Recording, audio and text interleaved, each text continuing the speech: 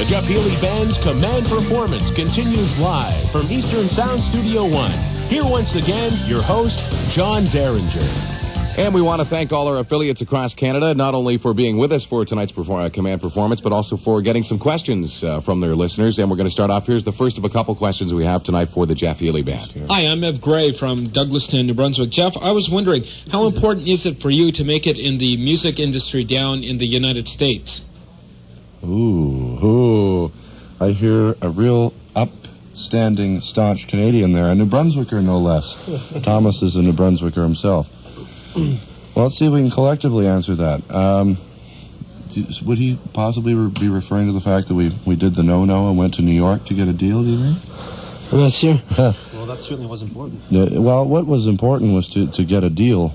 We're interested in getting worldwide distribution and appreciation for our music. I mean, the U.S. is certainly one of the, if not, the major music market due to its population and all that sort of thing.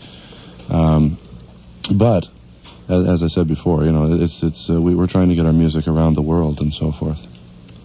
Does it bother you at all that you had to go down to New York? That Tom had to go down and knock on all kinds of doors, and I'm sure wait for a whole bunch of phone calls? Or does the fact that you've now made it and your deal also extends here to Canada, does that just make it all better and doesn't matter? Well, it makes the whole thing that much sweeter, because even in making our American deal, we ended up keeping Canada as a separate deal. So in fact, we have our own record label that we're on with a license agreement with BMG. So in a sense, we're still a Canadian label, and we also have worldwide distribution. So I think we've managed to stand up with the best of two worlds, because, so to speak. Yeah, we're proud of our Canadian roots. You New Brunswicker, you. There you go. Hey, bye. Yeah. Bye. Bye. We have another question here, and this comes from Gord Christie. Hi, Jeff. Gord Christie here from Halifax, Nova Scotia. I was wondering if you could give us one career highlight to this point that really sticks out in your mind. Well, it definitely had to be just before this band, and the reason that this band was formed. In July of 1985, I got a chance to jam with Stevie Ray Vaughan at Albert's Hall, and that was set up. Thank you. You were there. And that was set up by Albert Collins, who I'd met at the start of the week, and Stevie was dropping in as Albert's guest, and so Albert asked me if I wanted to come down and play, and that was quite a shock for a 19-year-old kid that nobody had really heard anything about, except unless you went to Grossman's or something like that, So it was really a shock, and probably the biggest thrill that I can remember. I mean, there's been a lot of great things happen through the history of this band, and people that we've got to play with, Stanley Jordan and guys from Canned Heat and also the Chambers Brothers, even, all sorts of wild things. But that was incredible. We've talked about your success here in Canada and down in the United States, but one thing that kind of fascinated me was the response in London, England. First of all, England known as flavor of the month kind of territory. If you have purple hair in June, you'll do real well. If you have purple hair in July, you're out of there, right? But you guys come over there. The British press is notorious for just picking people apart. Watch it. We have a couple of... That's the British press over there. Oh, there we go. Well, hold on. It gets better. It gets better. Look out for them. But you guys go over and play your first gig in London, England, and in a place notorious for really ripping, especially newcomers, apart. They were absolutely astounded. And did that make you feel good as well, going over to a place that far away that's not known really for accepting the kind of music that you guys do nearly as much as it is here in Canada and the States? Well, that was wonderful, considering that the response from the audience was so outstanding, and the press.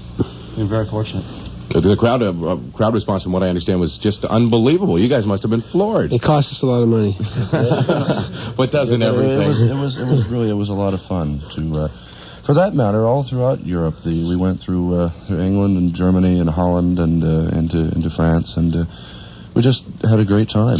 Didn't get to see a lot of the historic sites or anything like that. We were traveling and playing and doing interviews and all that sort of thing, but just to get to meet the people was a lot of fun. So you get to see like the English bus instead of the Canadian bus, right? I wonder why they drive on the wrong side of the road. Strange concept, isn't it?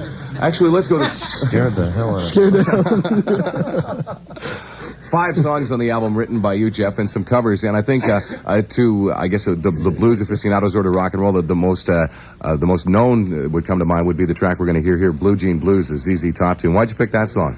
It was recorded during the sessions that produced the soundtrack for the motion picture Roadhouse, which will come out in the middle of May, starring Patrick Swayze and Sam Elliott and Ben Gazzara and a lot of people like that. And we were told just to go in, record probably about 14 to 18 tunes, mostly cover tunes, that a bar band, in a southern nightclub would play. And we kicked a lot of things around, and they wanted us to do a ZZ Top tune. And my favorite ZZ Top song is Blue Jean Blues, so I taught it to the guys, and we recorded it basically in one take. And put it on the shelf and forgot about it until the record company happened to hear a tape of all the stuff that we'd done, and they said, this thing Blue Jean Blues, we ought to put it out on the debut album. And that shocked us, and we went back and said, well, maybe they have something here, let's give it a listen. So there it is, it's on the album. Let's give Canada a taste of Blue Jean Blues by the Jeff Healey Band on Command Performance.